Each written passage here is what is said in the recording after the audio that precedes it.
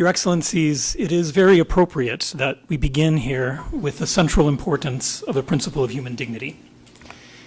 International human rights law confirms without exception that the recognition and protection of the equal dignity of every human being is the cornerstone of all human rights.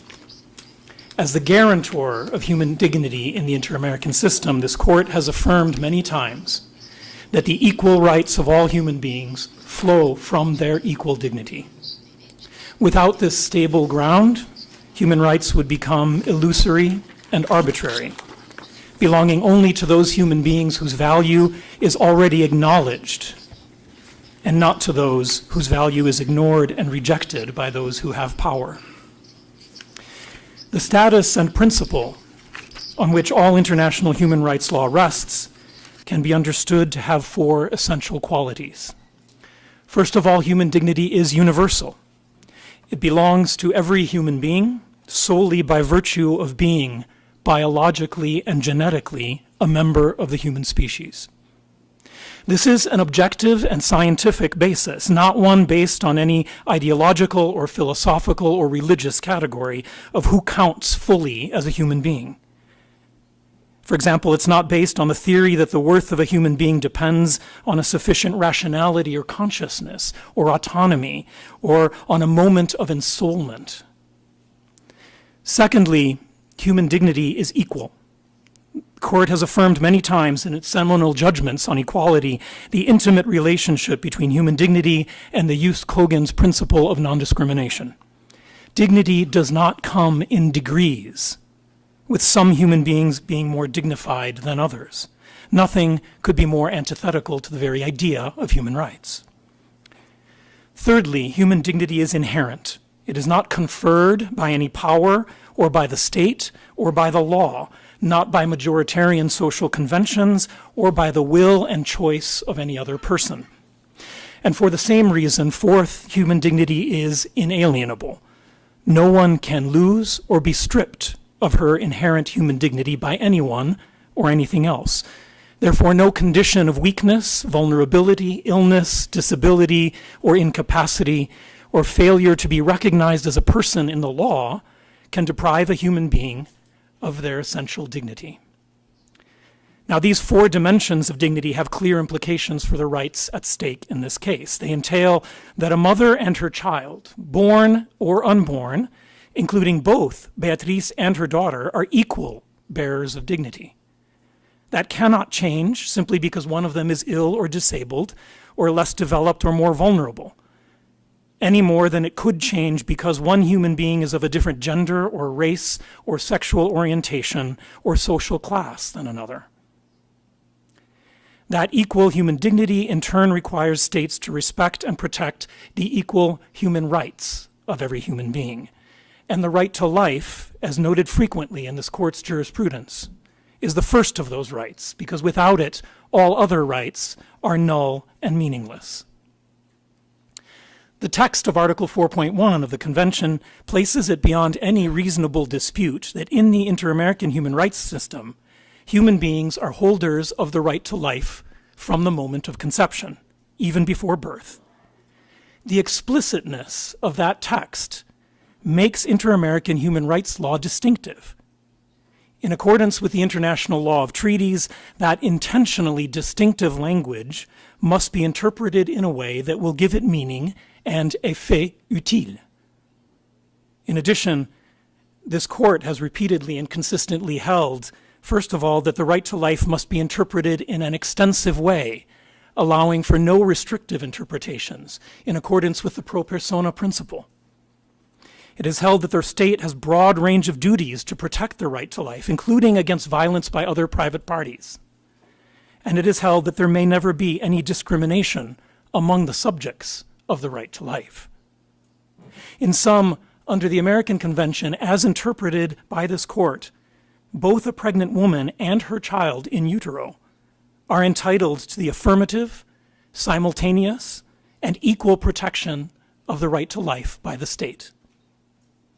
Now, Article 4.1 does also specify that that right must be protected in general from the moment of conception. How should we understand that expression? The expression cannot be understood to mean partially, or incrementally, or gradually, or subject to exceptions, or conditional on the will and choice of another person. That would effectively empty the right of any content, exactly the opposite of giving it effet utile. It would contradict the object and purpose of both Article 4 and of the treaty as a whole, and it is manifestly incompatible with the principle of non-discrimination. In short, it would constitute, I believe, the very definition of arbitrariness. Now, instead, more consistently with the object and purpose of the Convention and with its travaux préparatoires, I think we must understand the expression in general as intending to accord an important degree of discretion to states to determine the exact forms and methods of exercising their duties to protect life prior to birth. This includes discretion regarding whether and in what circumstances to employ criminal penalties, or instead to use alternative means to protect the human lives of both mother and child that are present. In other circumstances, this court has always required criminal penalties in the protection of the right to life, to my knowledge without exception.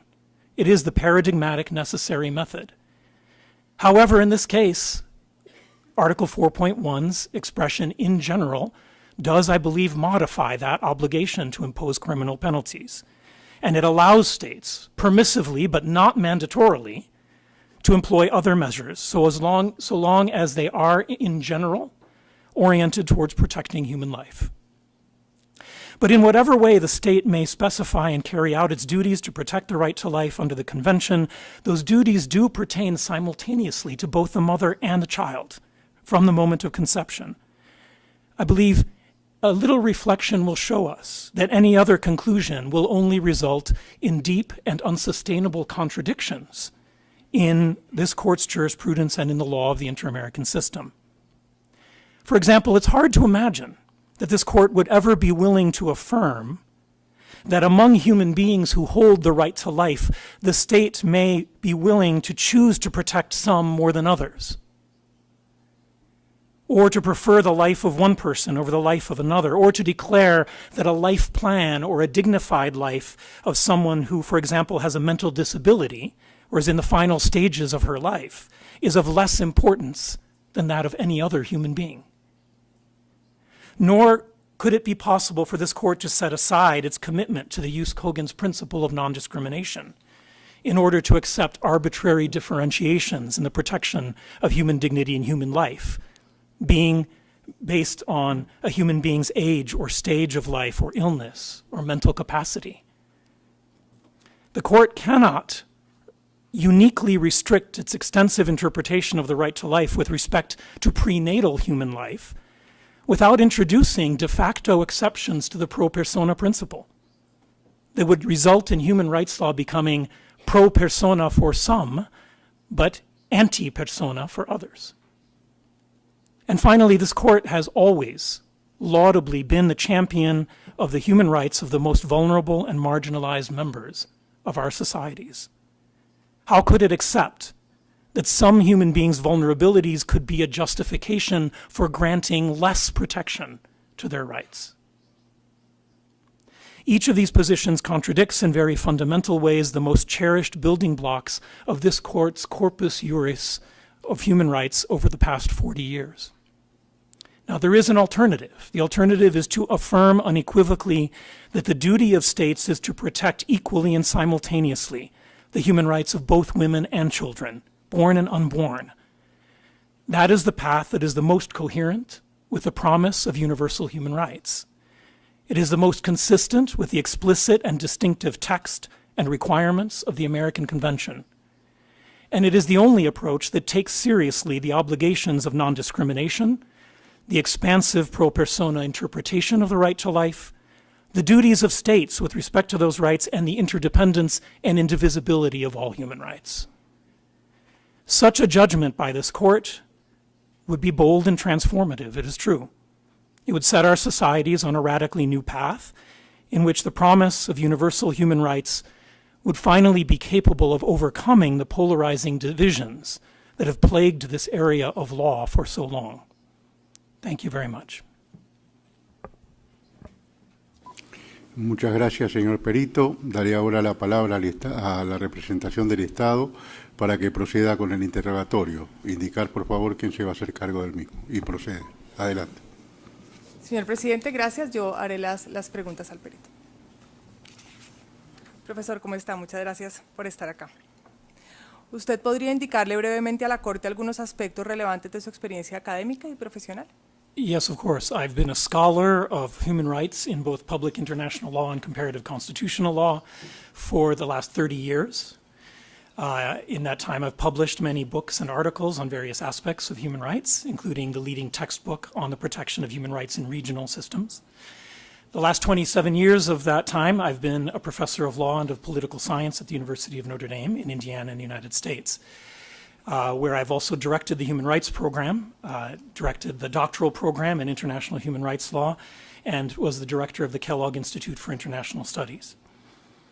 I have also taught at other universities as a visiting basis from time to time in the United States, including Harvard University, universities throughout Western Europe, and universities in Latin America and in Africa.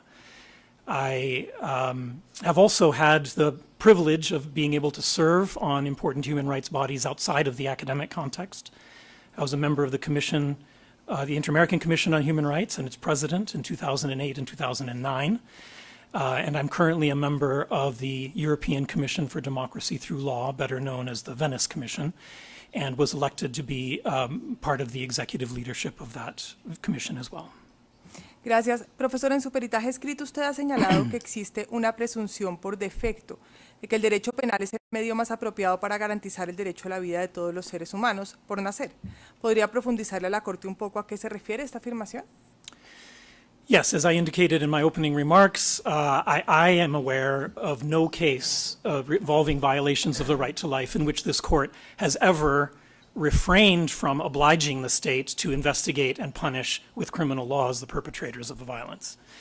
It's most obvious, of course, in cases of gross violations of human rights, such as the series of amnesty cases where criminal law is required, but it's present in a variety of other cases involving the right to life as well, including cases, for example, touching upon medical malpractice. En el caso Artavia Murillo contra Costa Rica, esta Corte afirmó que la vida debería protegerse de forma incremental. ¿Cuál es su opinión sobre este fallo en relación con el concepto de dignidad humana que ha abordado en su intervención? Well, I will be very frank and not try to hide things. As I said in my opening remarks and said very clearly in my written report as well, I believe that incremental or gradual is nothing less than arbitrary. There are no clear and objective lines that protect the right to life, and it ends up emptying the right of any content in practice. And therefore, I believe that that part of the Artavia decision simply must be regarded as erroneous. It is inconsistent with every other decision that I know of on the right to life in this court, in not granting an expansive interpretation of that right and in not granting affirmative duties of the state with respect to that right.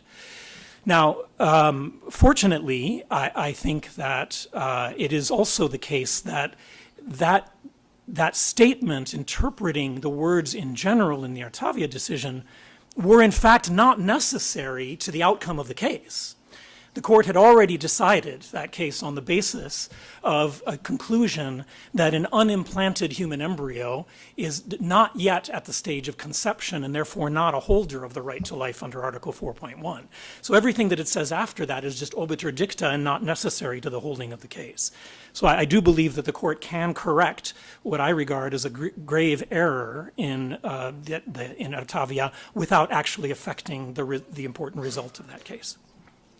¿Qué opinión tiene usted sobre las recomendaciones de comités convencionales de Naciones Unidas en relación con la despenalización del aborto en ciertas circunstancias? Well, I mean, I think importantly, the first starting point needs to be the treaty basis that we're working on. The American Convention on Human Rights, as I said, is distinctive. It's different from all the treaties that those bodies are interpreting in explicitly calling for protection of the right to life prior to birth. And therefore, there's a problem of comparability already from the start. Now, that said, I think we also have to look carefully at what those different committees and other bodies have in fact said. Sometimes cases such as KL versus Peru at the Human Rights Committee are sometimes understood as fostering a development of a right to abortion. I don't think they are properly read that way. That case and comparable cases in other systems like the Taisiak case in the European system, or even the friendly settlement in the Paulina case in the inter-American system, all those cases are based on the fact that the domestic law has already provided for certain legal applicability, legal access to abortion. And the issue in that case was the arbitrary interference of someone with what was guaranteed to them under domestic law. So we can set those aside as well, I think, at least with regard to your question. So then that leaves recommendations, which we know are there, that also say, tend towards saying, at least in some limited ways, abortion should be recognized at an international level as well. What do we make of those? First of all, I think we should remember that they're recommendations. They're not holdings of a court, and that difference does matter.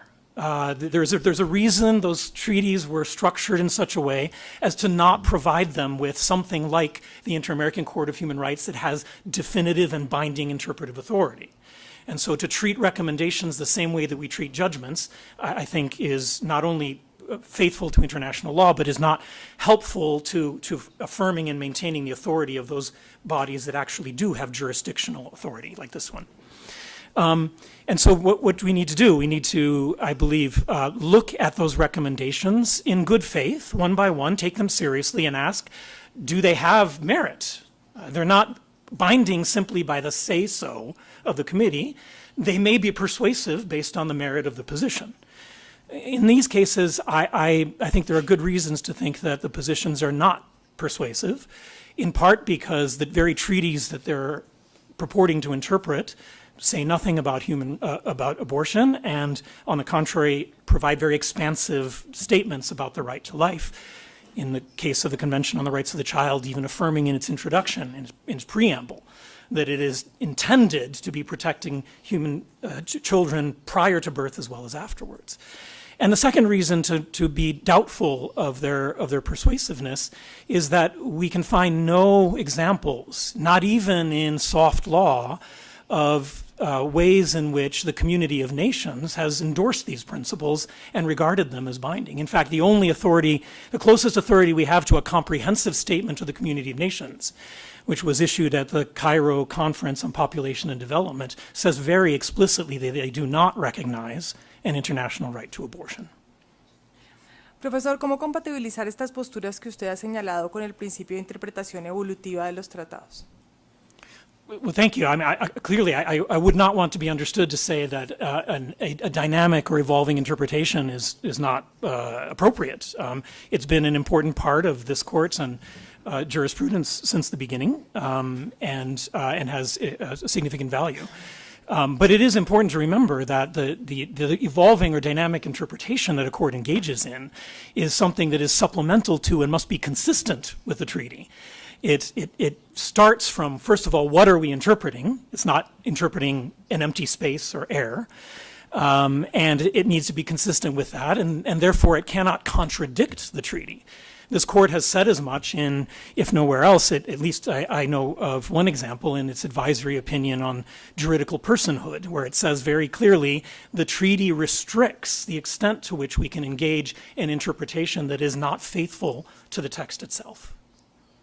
Profesor, en el caso concreto de Beatriz, la comisión en su informe de fondo señaló que la inviabilidad de la vida del feto rompe la relación de medio a fin entre la criminalización y la finalidad que supuestamente persigue, ya que el interés protegido vida del feto indefectiblemente no podrá materializarse en la realidad pese a la prohibición penal de la conducta. ¿Qué opina usted de estas afirmaciones en relación con el principio de dignidad humana? Well, I think I'd make two observations, but they're interrelated.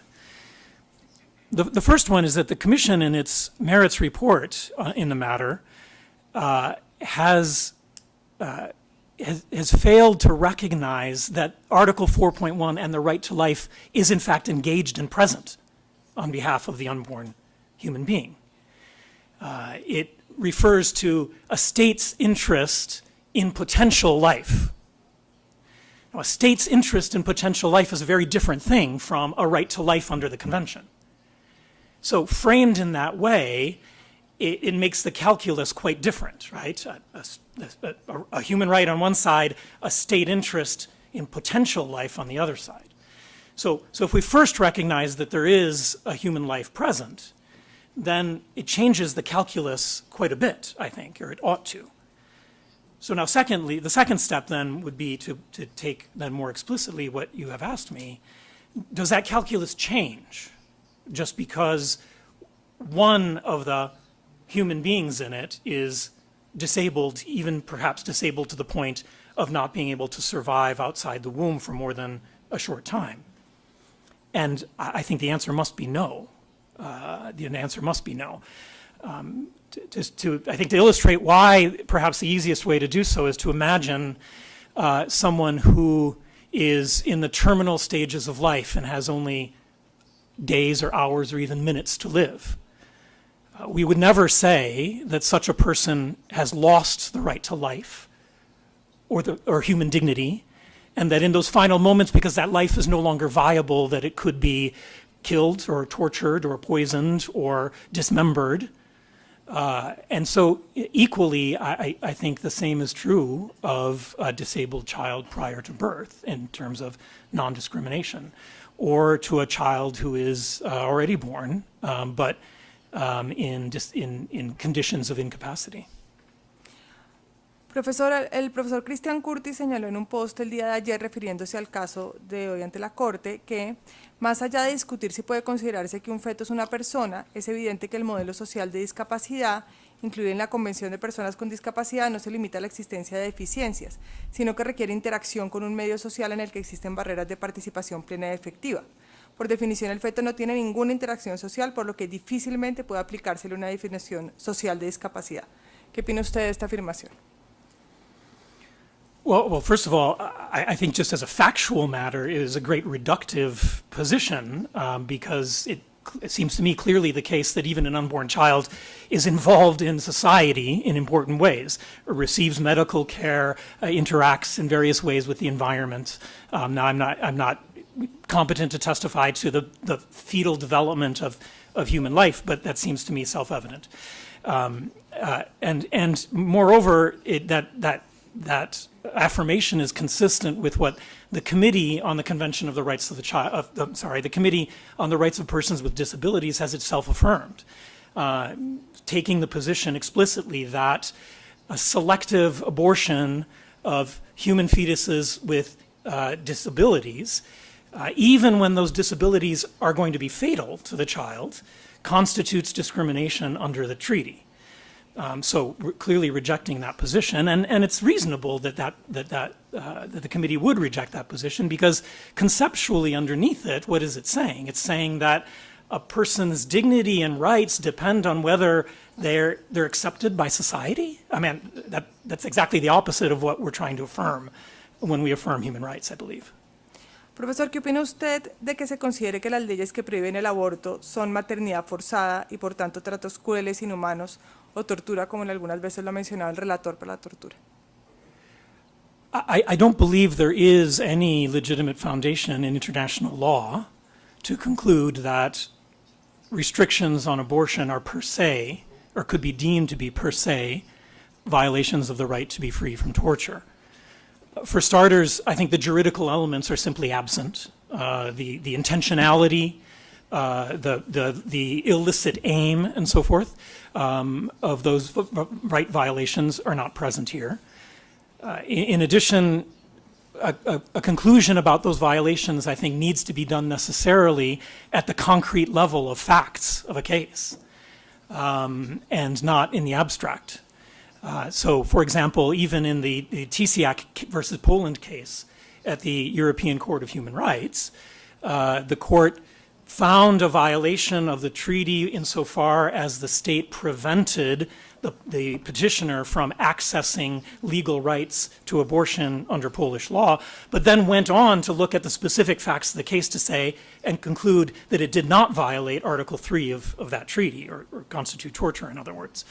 So I know that the special rapporteurs, as you said, at least one, perhaps two, have made very broad and generic allegations to this regard. I don't think that they really have any basis in international law, at least of all in any way that has been supported by the states. Señor presidente, dado que ayer acordamos que debido a la traducción podíamos tener flexibilidad, ¿puedo hacer una última pregunta? Gracias, señor presidente.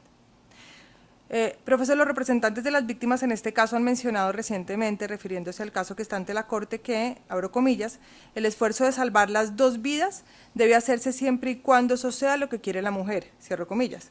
La profesora Isabel Cristina Jaramillo, perito ante la comisión, también ha argumentado, y lo reiteró hoy, que no se puede dar derechos al no nacido en contra de la voluntad de la mujer embarazada. ¿Usted considera que estas afirmaciones son compatibles con la Convención Americana sobre Derechos Humanos? To be quite blunt, I have a hard time seeing how that position is anything other than saying that the rights of a human being are conditional on whether they are accepted by some other person, and in particular by a person who has a very extensive power and control over that life. And I don't believe that is compatible really with the basic foundational principles of human rights at all, to say that my life and my rights are dependent on somebody else's choice or will. Gracias, profesor. El Estado no tiene más preguntas. Gracias, presidente. Muchas gracias al Estado y al perito. Daría ahora la palabra a la representación de las presuntas víctimas para que procedan con el interrogatorio, indicar quién se hará cargo del mismo y proceder. Gracias, señor presidente. Quien le habla, Gisela de León, hará el interrogatorio. Hi, Dr. Carozza. Hi, Professor Carozza. Nice to see you again. I'm going to do the questions in Spanish. En primer lugar, quisiera preguntarle, de lo que entendí de su declaración, ¿usted considera que para que un órgano de protección de derechos humanos pueda pronunciarse sobre la convencionalidad del aborto, el tratado de que se trate tiene que reconocer específicamente, expresamente, el derecho al aborto?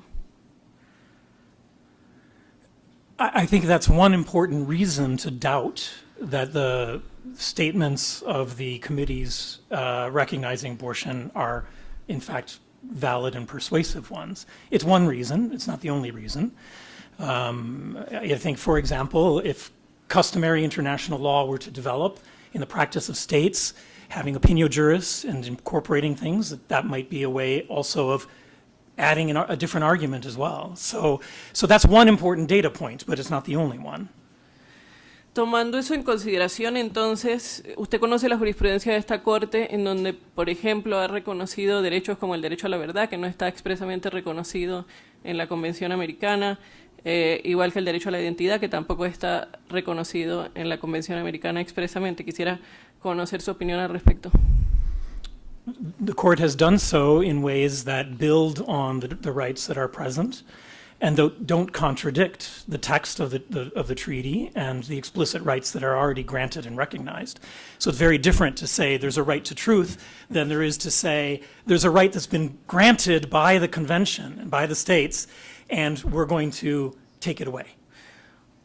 Entonces, ¿usted considera que siempre y cuando el tratado reconozca derechos que pueden ser afectados por un acto específico, el órgano de protección, en este caso la Corte Interamericana, puede pronunciarse al respecto? I'm sorry, I didn't quite understand the first part of the question. Could you repeat it again? Tomando en cuenta lo que usted acaba de decir, en el sentido de que la Corte ha construido la jurisprudencia sobre derecho a la verdad y sobre derecho a la identidad, que fueron los ejemplos que yo mencioné, sobre los derechos que están reconocidos en la Convención. La Corte sí puede pronunciarse siempre y cuando construya su jurisprudencia con base en esos derechos. Well, I mean, I would say I wouldn't say always and in any case, right? In principle, yes, it could, as long as it's consistent with the other rights that are present, as long as it's consistent with the text. That's what the court has done. That's how it's approached the question of evolving interpretation. That's not to say necessarily that every such proposal to do so is necessarily well-reasoned, argued, juridically founded, and so forth, right? So to say that an evolving interpretation of the treaty is possible is very different from saying that this particular or that particular proposal to take an evolving interpretation is in fact correct or persuasive. Entiendo. Entendemos que desde su punto de vista la protección del feto y del derecho a la vida es absoluto desde el momento de la concepción. Solamente quisiera que me confirmara esa afirmación. It depends on what you mean by en absoluto, right? I think it does mean that there can never be an intentional and direct, purposeful taking of that life. But it is also the case that, as we know, and as has been, I imagine, in the discussion in this courtroom during this day, that there are situations where the life of the pregnant woman is also at stake. And so if what you mean is by absoluto is that there can be no termination of a pregnancy even when a woman's life is clearly directly at stake in that, then no, I would not agree with that. Y tomando en cuenta lo que acaba de decir,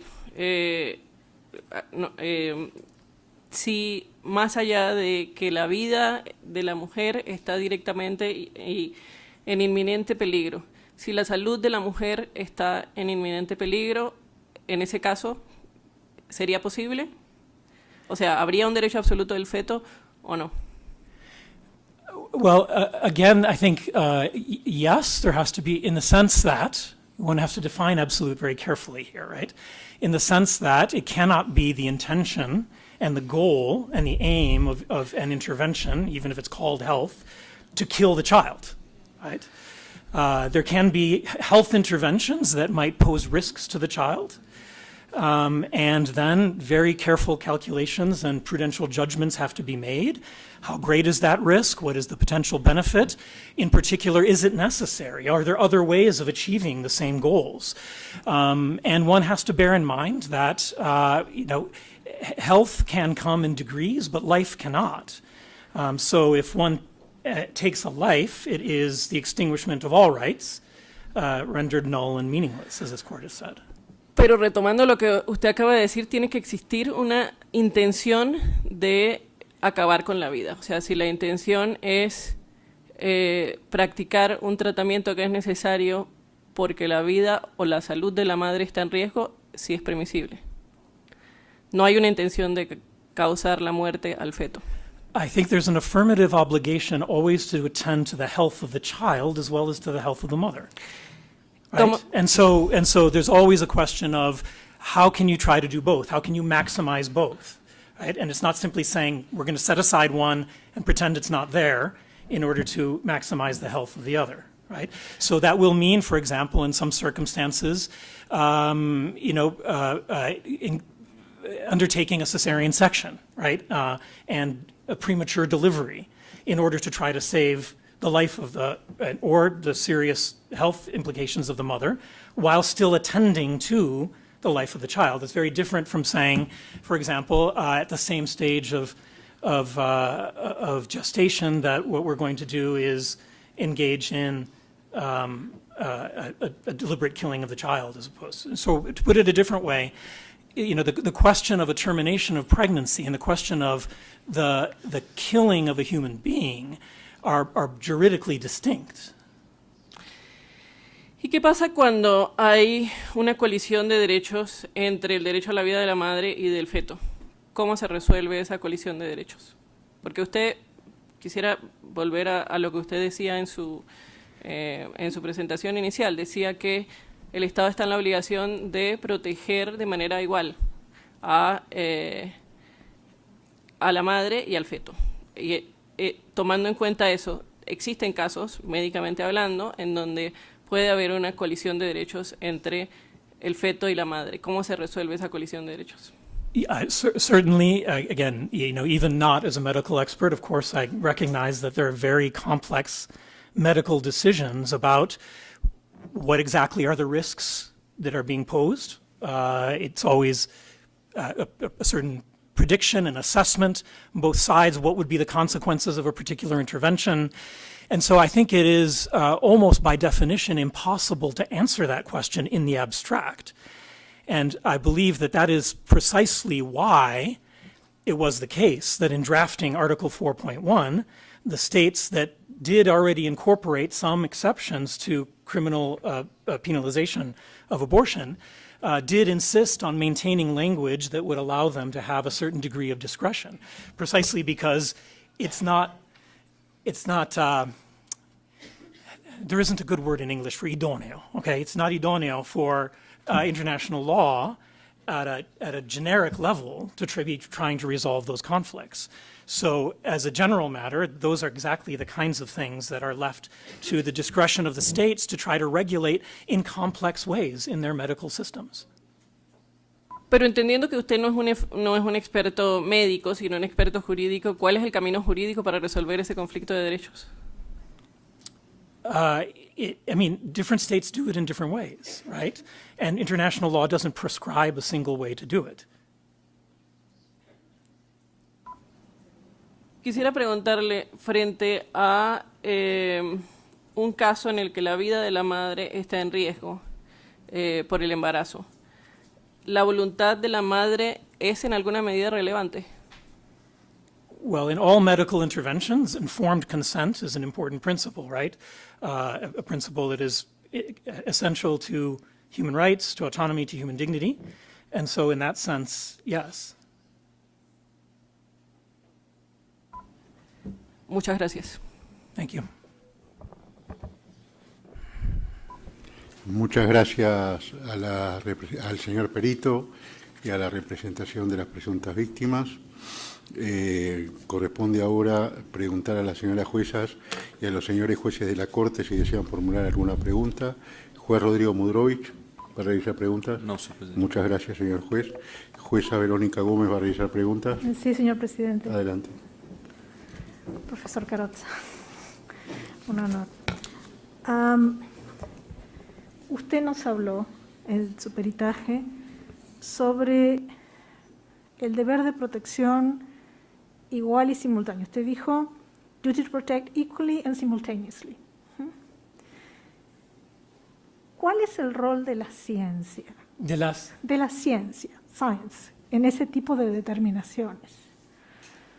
Yo sé que usted es un jurista, pero también hay un derecho a los beneficios de la ciencia. Y aquí, en el contexto de este caso, tenemos peritajes médicos, tenemos hechos que tienen que ver con una historia clínica, tanto de la madre como de su hija.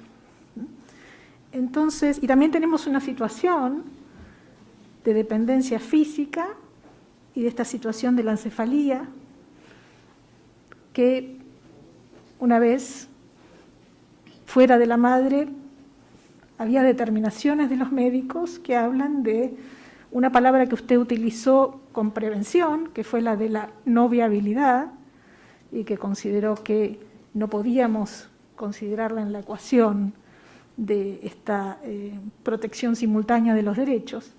Pero ¿cómo hacemos valer lo que la ciencia nos dice sobre la condición médica de la madre y de la persona por nacer?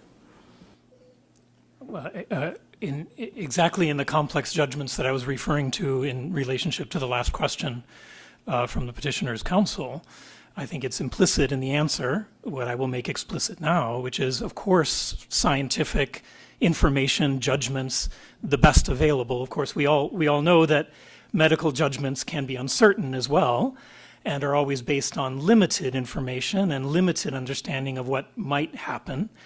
And so, but the best information that is available, of course, should feed into the judgment and help inform what treatment is going to be available and what are the likely outcomes of those treatments. I would not say that it goes so far as to say what is the moral obligation to provide the best treatment available.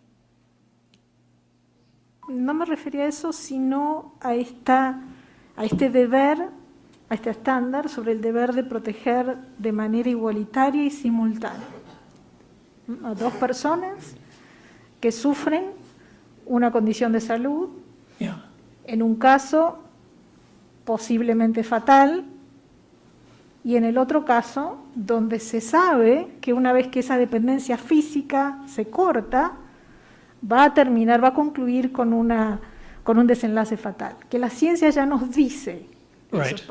Me pareció escuchar de los peritajes y los testigos anteriores que eso no estaba en disputa, eso nunca fue un hecho en disputa en este caso. Entonces, ¿cómo tenemos que utilizar la ciencia? Porque a final de cuentas esa protección simultánea e igualitaria en algún momento debemos llevarla al terreno de lo concreto, ¿no? En los casos particulares. Right. I think I understand the question better now. Thank you. And perhaps it might be useful to put it this way. Science, as I said, has to inform the judgment about what is needed medically, what the likely effects of an intervention are, what the comparative implications of particular interventions would be on the mother and the child. So when I say equally and simultaneously, it doesn't mean doing the same things to both, right? Medical treatment has to take into account who the patient is in both cases.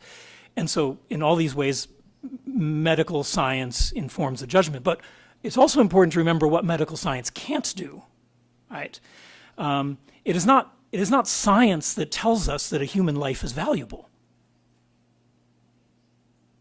Science has nothing to say about the value of a human life.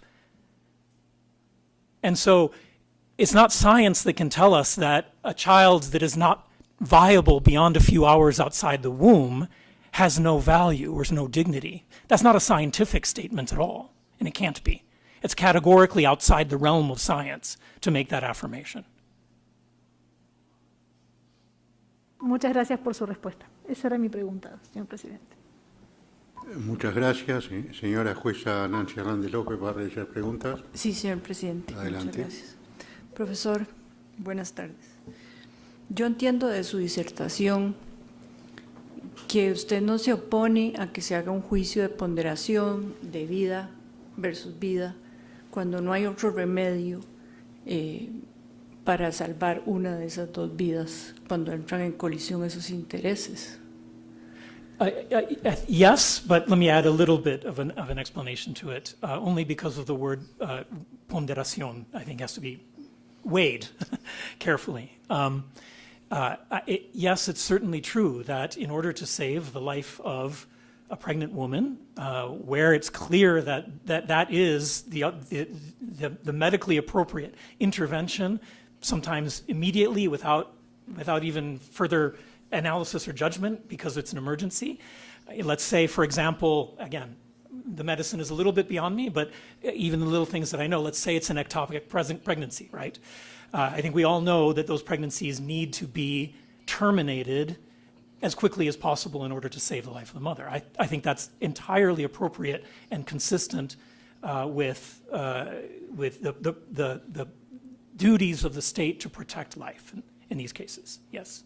Gracias. Retomando una pregunta que le hicieron los representantes, mismo caso, pero para tutelar el derecho a la salud de la madre. Me imagino, yo tampoco soy médica, pero un caso donde la madre tiene cáncer, necesita llevar su quimioterapia, si no la lleva se muere, pero la quimioterapia mata su embarazo, digamos, su embrión. Yes. No habría otro remedio más que tutelar la salud de la madre, porque si no se mueren los dos. Well, but there it already gets a little bit more complicated than, for example, in the ectopic pregnancy, right? Because let's say, for example, the tumor that needs to be treated has been discovered at a time period in the gestational time where it would be possible to actually prematurely deliver the baby alive. Then there is an affirmative obligation to attend to the health and life of the child as well, right?